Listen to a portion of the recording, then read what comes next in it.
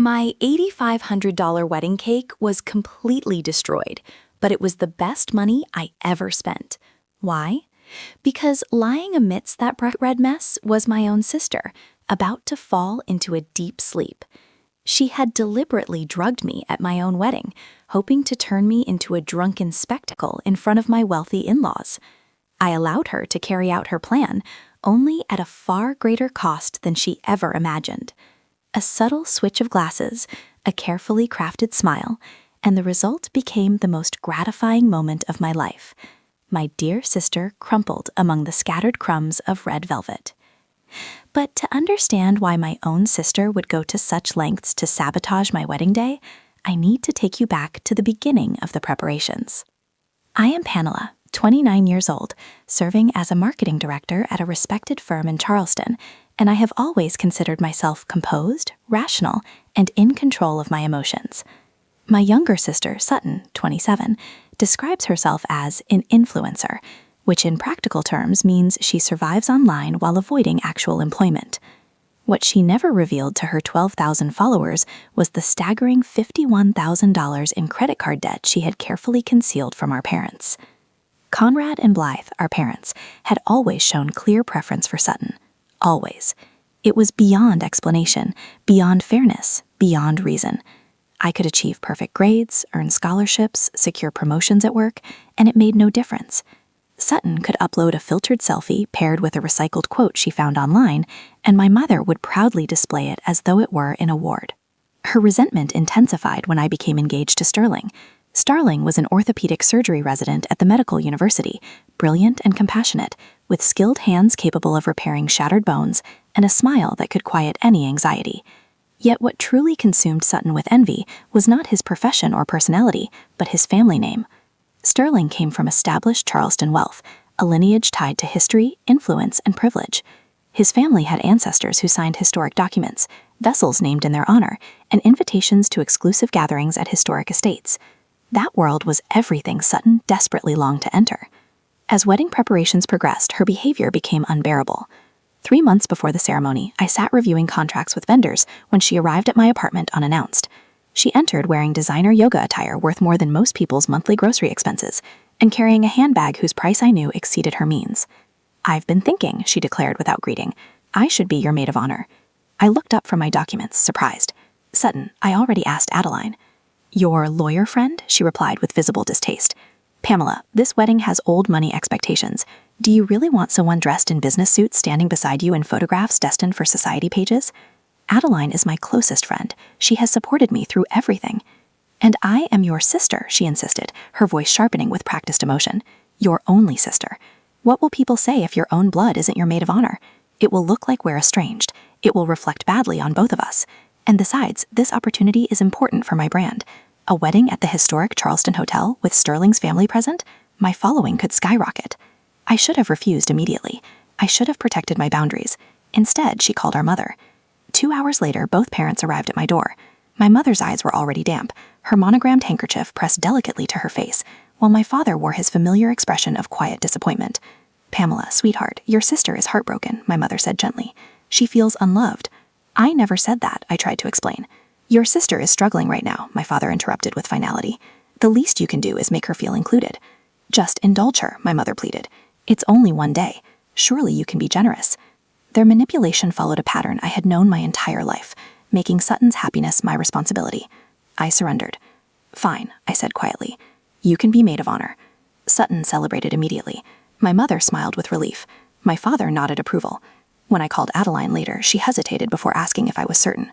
I admitted I was not, but conflict felt more exhausting than surrender. That decision became my first mistake, the opening that allowed Sutton's most malicious plan to take shape. 2 weeks before the ceremony, she messaged me requesting I pay for her bridesmaid dress, claiming financial difficulty. The gown she selected without consultation cost $1,800, a luxurious silk creation from an exclusive boutique. When I had suggested more affordable options, she laughed. "You're marrying into wealth," she said. "We cannot appear cheap." I transferred the money without protest. Looking back now, standing in that ballroom, aware of her intentions, I can see the pattern clearly. Every demand, every manipulation, every moment our parents insisted I sacrifice my needs had built toward this event. Sutton did not merely want participation in my wedding. She intended to destroy it. The ballroom at the Charleston Historic Hotel embodied refined Southern elegance. Crystal chandeliers bathed ivory-draped tables in warm light, while arrangements of white roses and cascading greenery adorned every surface. Polished wooden floors reflected the glow of countless candles. At the center stood the wedding cake, a 6-tiered masterpiece of red velvet encased in ivory fondant and decorated with edible gold leaf that shimmered beneath the lights. Sugar flowers of peonies, roses, and gardenias flowed down its side in breathtaking detail. The cost was $8,500, and ultimately every dollar proved worthwhile, though not for the reasons I once imagined. I sat at the head table according to the seating arrangement I had meticulously designed. My experience in marketing had taught me the importance of visual presentation, of angles and perception. Sterling sat to my left, handsome in his tailored tuxedo, his hand resting warmly over mine. To my right sat Sutton in a champagne-colored silk gown, her hair styled elaborately.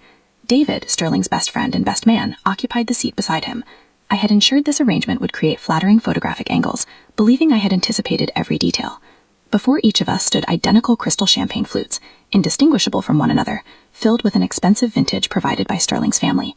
After the main course was cleared and conversation flowed easily, Sterling leaned toward me with a playful remark, drawing my attention fully toward him. In that moment, I noticed movement beside me.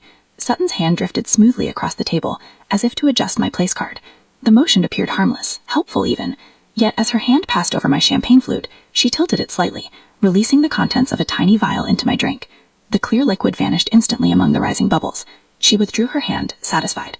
She believed no one had witnessed her act, but she had overlooked Adeline. Seated across from us with a perfect view, my sharp-eyed lawyer friend saw everything. My phone vibrated softly beside my glass. I glanced down to read her message. "Swap glasses," she drugged it. My heart lurked violently. For a moment the world seemed to tilt, sounds amplifying, light glaring too brightly. Yet years of professional composure steadied my expression. I looked up and met Adeline's gaze. Her nod confirmed what she had seen. The champagne before me sparkled harmlessly, indistinguishable from the others, yet it now carried Sutton's intent. This was not petty jealousy. This was calculated sabotage meant to humiliate me before my new family. She intended for me to appear intoxicated, incapable, disgraceful. In that instant, the version of me that had spent decades accommodating her died. I needed to exchange the glasses, but Sutton watched them closely, anticipation visible in every tense movement. I remained still, waiting for an opportunity. Sterling mistook my tension for nervousness and gently squeezed my hand. I reassured him with practice ease. Then opportunity arrived in the form of Sterling's mother. The sound of elegant heels echoed across the floor as Mrs. Eleanor emerged from the private lounge. Her presence commanded attention, her navy gown and composed bearing reflecting immense authority. As she approached, Sutton stiffened. Unable to resist the chance to impress someone influential, she rose quickly and stepped forward to greet her. "Oh, Mrs. Eleanor!" Sutton's voice went up an octave, dripping with manufactured sweetness. "Were you resting in the VIP room too? I hope the reception isn't too overwhelming for you. I know these events can be absolutely exhausting, especially with so many people wanting your attention." She'd turned her back completely to the table, to me, to the glasses. In my head, Adeline's text blazed like neon. Swap glasses. This was it, my only chance. My hands moved to the bases of both champagne flutes. My fingers were steady. Years of handling delicate presentation materials had given me precision I'd never appreciated until this moment. I didn't lift the glasses. That would be too obvious, too noticeable, even with Sutton's back turned. Someone might see. A guest, a server, even Sterling if he happened to glance down. Instead, I slid them. Meanwhile, my sister's voice echoed behind me. "I must say," Sutton continued, not waiting for a response, reaching out to lightly touch the sleeve of Mrs. Eleanor's gown. "This Oscar de la Renta dress was absolutely born for you. The beading, the cut, it's perfection. You have the most incredible eye for fashion. I was just telling Pamela earlier how elegant you looked. Simply elegant." The silk tablecloth was perfect for this, expensive, smooth, with just enough friction to control the movement, but not enough to resist it. I applied gentle pressure to the bases of both glasses, pushing my drugged glass toward Sutton's position while simultaneously pulling her clean glass toward mine. They glided across the fabric like figure skaters on ice, moving just 1 millimeter above the surface, the liquid inside barely rippling. Swish. I rotated the new glass slightly in my position, turning it so the faint lipstick mark Sutton had left on the rim faced away from where she'd been sitting. The entire process took 5 seconds, exactly the time it took Sutton to finish her effusive compliment about the dress and start in on how much she admired Mrs. Eleanor's philanthropic work with the Children's Hospital. No one noticed. The servers were at the far end of the ballroom. The guests were engaged in their own conversations. Sterling was watching his Uncle Richard, who had indeed cornered my great-aunt Miriam near the bar. But Adeline noticed. I glanced toward the VIP table. She was holding her wineglass, but her eyes were on me. When our gazes met, the corner of her mouth lifted in the smallest smile. She raised her glass fractionally, a toast only I could see. My network of allies had worked perfectly, and I knew with absolute certainty that Adeline wouldn't take her eyes off my sister for the rest of the night. She'd watch, she'd document, she'd be ready. Mrs. Eleanor extracted herself from Sutton's attention with the practiced grace of someone who'd been handling social climbers for decades. "How kind of you to say so, dear. If you'll excuse me, I should return to my table." She glided away, leaving a cloud of expensive perfume in her wake. Sutton turned back to her seat and practically bounced into her chair, her face flushed with triumph. She thought she'd just secured major points with my mother-in-law, thought she'd had a successful networking moment that would definitely be worth an Instagram story later. She glanced at the table. The two champagne flutes sat exactly as they had before she turned around. Same positions, same fullness, same innocent sparkle of golden bubbles. Her eyes flicked to them briefly, then away. No suspicion, no concern. Why would there be? They looked identical. And her overconfidence, her absolute certainty that she'd outsmarted me, that her plan was flawless, had killed any instinct to double-check. She reached for the glass in front of her now, the drugged one. Her smile was toxic, triumphant. "Come now," she said, lifting the crystal flute toward me. "Let's toast to your happiness, Pamela." I raised my clean glass, forcing my face into a smile that I filled with hidden meaning. Every ounce of satisfaction, every bit of delayed justice, every year of being told to accommodate her, I put it all into that smile. "Thank you, sister," I said softly, "to a night we cannot forget." The crystal flutes met with a clear, pure chime that rang out across our section of the table. Clink. Sutton brought the glass to her lips and drank deeply, her eyes locked on mine over the rim. She thought she was watching her plan unfold, thought she was seeing the beginning of my downfall. I sipped my clean champagne and watched her drink her own sentence. The colorless liquid, melatonin, whatever dose she'd prepared for me, slid down her throat with the expensive vintage champagne. She set her glass down with a satisfied sigh, still smiling. I smiled back, and waited. After the toast, I made my move. I had to sell this. Had to make Sutton believe her plan was working exactly as she designed it. So I went quiet. I turned slightly away from the table conversation, let my smile fade into something more neutral, more subdued. When Sterling asked me a question about the dessert service timing, I answered in soft, vague terms. When David tried to include me in a joke about the worst wedding speeches they'd witnessed in medical school, I managed only a weak laugh. Sutton noticed immediately. I could feel her eyes on me, could sense the way she leaned slightly closer, studying my face for signs of the drugs taking effect. I gave her what she wanted, a bride growing quieter, a little disconnected, slightly unfocused. The corner of her mouth twitched upward. She thought it was working. Thought I was beginning to feel the effects of the melatonin, that in a few more minutes I'd be stumbling, slurring, making a spectacle of myself in front of 200 guests and Sterling's entire family. She sat back in her chair, practically vibrating with excitement, her confidence growing with every passing minute. But what Sutton didn't realize, what her self-absorption wouldn't let her see, was that the drugs were in her system now, being absorbed into their bloodstream, beginning their journey toward her brain. The MC's voice crackled through the sound system, smooth and professional. "Ladies and gentlemen, we now invite the best man to say a few words." The ballroom quieted, conversations trailing off as guests turned their attention to the small stage area near the cake table. David stood, buttoning his jacket with an easy grin. I checked the time. The evening was running precisely on schedule, just past 8 o'clock. He made his way to the microphone, and for the next several minutes he had the entire room laughing. Stories about Sterling's terrible cooking in their shared apartment during residency. The time Sterling had accidentally worn mismatched shoes to a formal hospital presentation.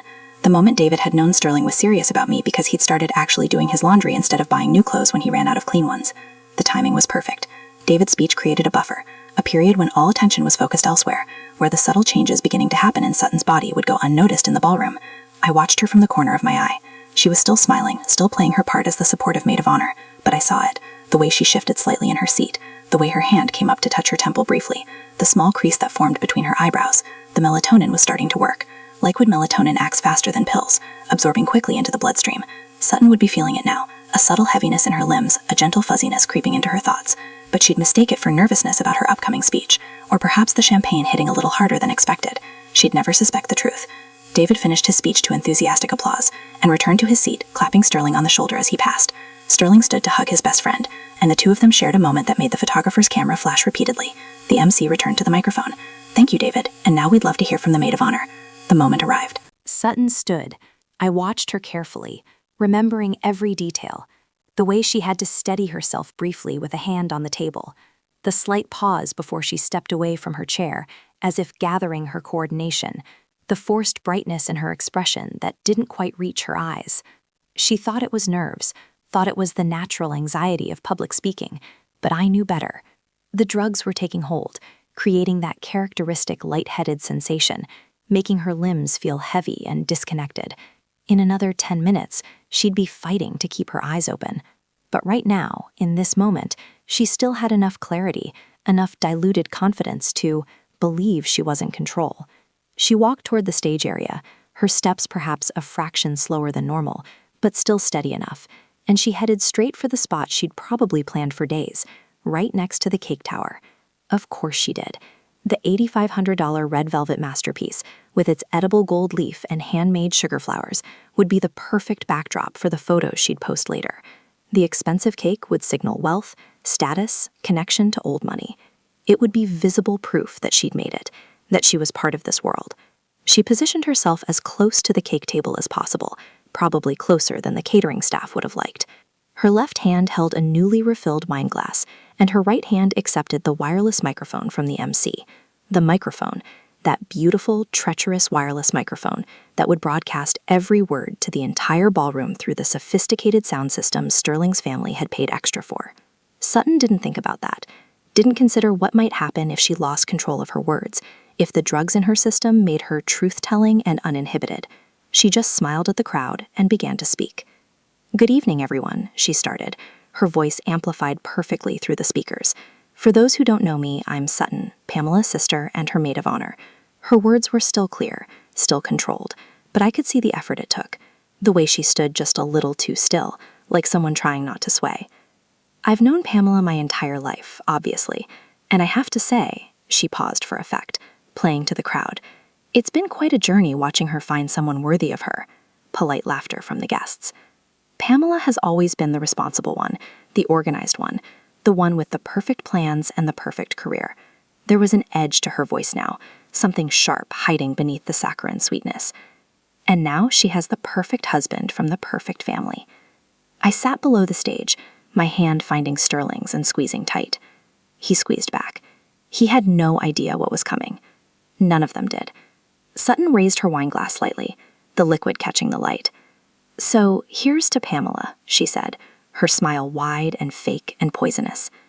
"To my perfect sister and her perfect life." The crowd murmured appreciation, glasses raising in response. But I sat there, watching, waiting for the moment when the melatonin would hit full force, waiting for karma to strike, waiting for my sister to fall. The applause for my speech was still echoing through the ballroom when Sutton raised her wineglass high, that practiced smile stretched across her face. She delivered her performance flawlessly, the loving sister, the gracious bridesmaid, the picture of family unity. But I knew better. I'd always known better. "To my sister and her new husband," she announced, her voice carrying that theatrical lilt she'd perfected for her Instagram videos. "May your marriage be everything mine will be someday." The crowd murmured their approval.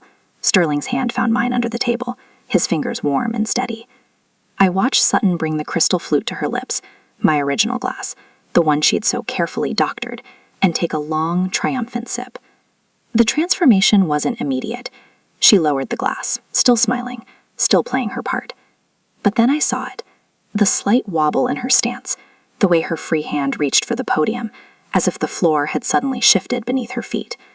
"Thank you all for," her words slurred at the edges. She blinked rapidly, her eyelids growing heavy. The crystal flute trembled in her grip. Adeline leaned close to me, her voice barely a whisper. "How much did she use? How much did she use?" "I don't know," I murmured back, "but judging by how fast it's hitting her, a lot more than the recommended dose." She swayed visibly now, her knuckles white as she gripped the microphone stand. The entire ballroom had gone quiet, 300 guests watching as my sister's carefully constructed facade crumbled in real time. "Why?" Her voice cracked through the speakers, confused and frightened. "Why is the ceiling spinning?" The wineglass slipped from her fingers first. It tumbled through the air in what felt like slow motion, crystal catching the light, before it shattered against the stage floor. The sound was sharp, final, like a gunshot in the sudden silence. Then Sutton's legs gave up completely. She pitched forward, her right hand still clutching the microphone in a death grip, as if that slim piece of metal could somehow anchor her to consciousness. Her body moved with the terrible weight of dead gravity. No attempt to catch herself, no protective instinct left in her drugged system. The impact was catastrophic. Boom! 6 tiers of red velvet wedding cake, $8,500 worth of artisanal perfection, each layer carefully crafted with gold leaf details and delicate sugar flowers, exploded on contact. Sutton's face hit first, then her entire torso, her $1,800 bridesmaid's dress plunging into the destruction like a diver entering water.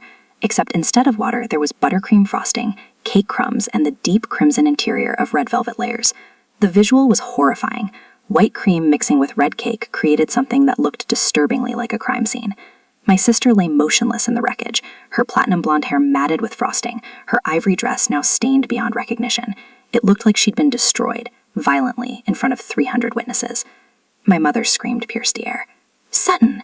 But Sterling was already moving. His doctor's training kicked in before anyone else could even process what had happened.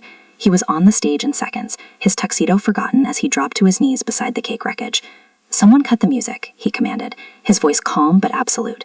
The jazz quartet fell silent immediately. Sterling worked fast, his hands moving with professional precision. He grabbed Sutton's shoulder and firmly rolled her onto her side to clear her airway, wiping the thick layer of buttercream from her nose and mouth. I watched my husband check her pulse at her neck, then lift her eyelids to examine his pupils, his expression growing darker with each assessment. The entire ballroom held its breath.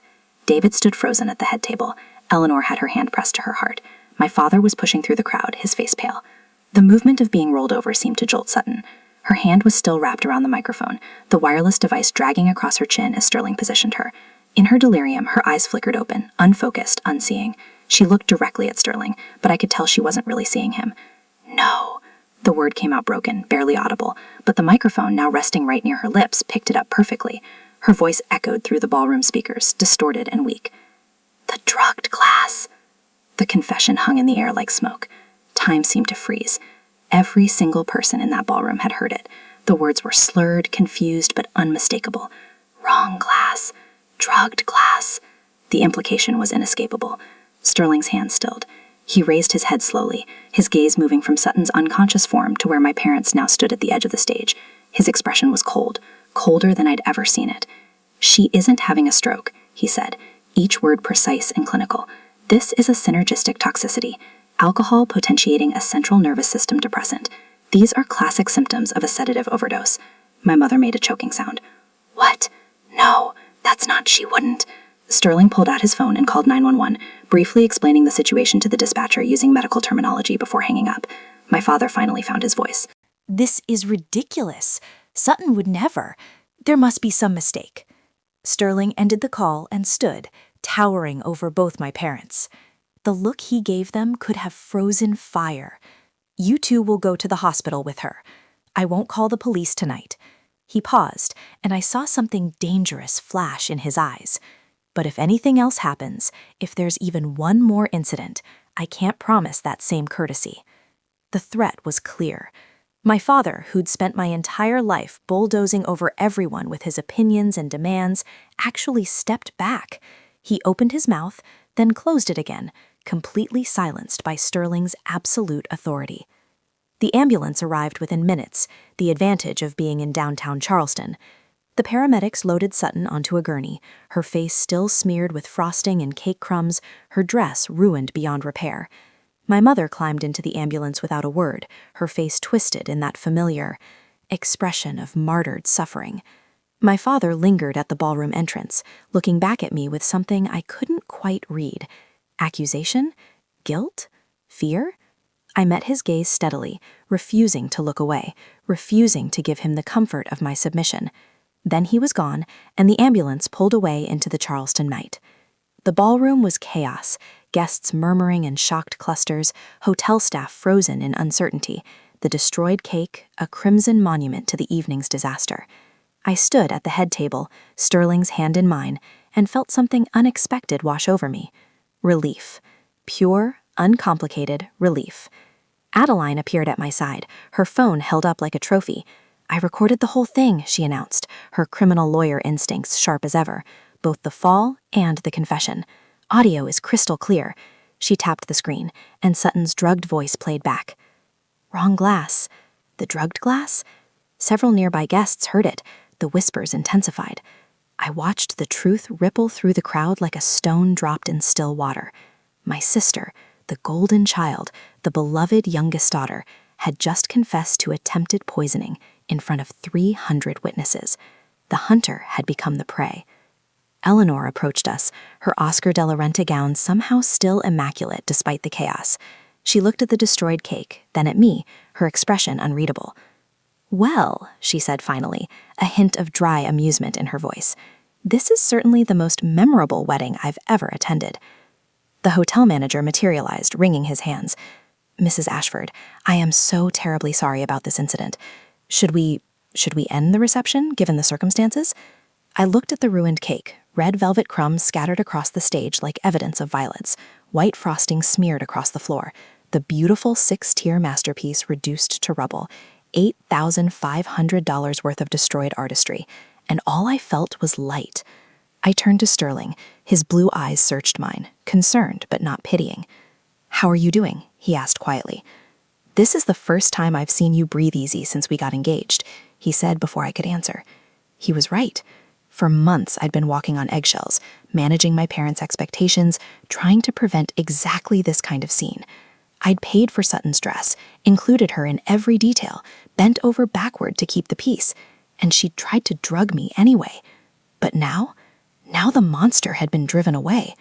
I looked at the hotel manager and smiled, a real smile, not the practiced one I'd been wearing all night. Clean it up, bring out more wine and whatever desserts the hotel has in the kitchen. The night has only just begun. The manager blinked. You want to continue? This is my wedding reception, I said firmly, and I'm going to celebrate with the people who actually care about me. Something shifted in the room after that. The guests who'd come out of obligation, my parents' friends, the society matrons who'd attended for appearances, made their quiet exits. But the people who remained, they were ours. Sterling's medical school colleagues, my work friends, Adeline and David, Eleanor, and the family members who'd actually taken the time to know us. The jazz quartet started playing again. The hotel brought out trays of chocolate tortas and lemon tarts. Someone opened more champagne. Without the weight of my family's judgment hanging over everything, the reception transformed into something genuine. I danced with Sterling under the chandeliers, his arms around my waist, and felt the tension I'd been carrying for years finally release. No regrets? No, he murmured against my hair. None, I said, and meant it. Adeline caught my eye from across the dance floor, raising her champagne flute in a silent toast. She'd been warning me about my family for years. Tonight, she'd been proven right in the most spectacular way possible. The next morning, sunlight streaming through the hotel suite windows, my phone buzzed with a text from my mother. How could you let this happen? Sutton only did it because she felt left out. She felt pressured seeing you enter such a wealthy family. She made a mistake. You need to forgive her. Family is family. I read it twice, feeling the familiar guilt try to take root. The old Pamela, the one who'd spent 29 years trying to earn her parents' love, would have replied, would have apologized, would have found a way to make it her fault. But that Pamela had died somewhere between the glass swap and the cake destruction. I deleted the message without responding. Then I blocked the number. Sterling watched me from the bed, understanding without asking. You okay? Yeah, I said, and realized it was true. I really am. I blocked my father's number next, then Sutton's. One by one, I cut the threads that had bound me to their toxicity for my entire life. No more money transfers to cover Sutton's debts, no more guilt trip phone calls, no more playing the role of the disappointing daughter. Freedom tasted like the Charleston morning air, salty and clean. 1 year later, Sterling took me to a prenatal checkup at Charleston Medical. I was 8 months along, my belly round and firm under my sundress. The ultrasound technician smiled as she moved the wand across my skin. Everything looks perfect, she said. Your baby girl is healthy and growing right on schedule. A daughter. Sterling's hand tightened around mine, his eyes bright with unshed tears. We'd talked about this moment for months, about the kind of parents we wanted to be, the kind of family we wanted to create. No golden child, I said quietly, echoing the promise we'd made to each other. Every child equal, Sterling agreed. Always. We drove home through the historic district, past the antebellum homes and oak trees dripping with Spanish moss. My phone, new number, new contacts, sat silent in my purse. My mother had tried to reach out through mutual acquaintances, leaving messages about wanting to make amends and be part of her grandchild's life. I hadn't responded. Some bridges, once burned, should stay ashes. That evening, I sat on our back porch with my laptop, composing a post for the online forum where I'd been documenting my story. The wedding disaster had been too spectacular to keep completely private. Strong opinions, I need your thoughts on a few things, I typed, because my family still won't leave me alone, and I want outside perspectives. Question 1. Was I too harsh for swapping the glasses? My mother says a good sister would have just poured the wine away instead of letting Sutton harm herself. Question 2. Sutton destroyed an $8,500 cake. Should I sue her in civil court for compensation, or just consider it tuition fees for her life lesson? Question 3. Do you agree with me that it's better to lose $8,500 to get rid of toxic people than to preserve a fake perfect wedding? Please leave a comment. I hit post and closed the laptop. Inside, Sterling was cooking dinner, humming along to jazz music. Through the window, I could see him moving around our kitchen, our home, our life built on honesty instead of manipulation. My daughter kicked, a firm little flutter against my ribs. I pressed my hand to the spot, feeling the miracle of new life, new beginnings. The wedding cake had been destroyed, the bridesmaid dress ruined, my family ties severed, and I had never been happier. The monster was gone, the cage was open, and I was finally completely free.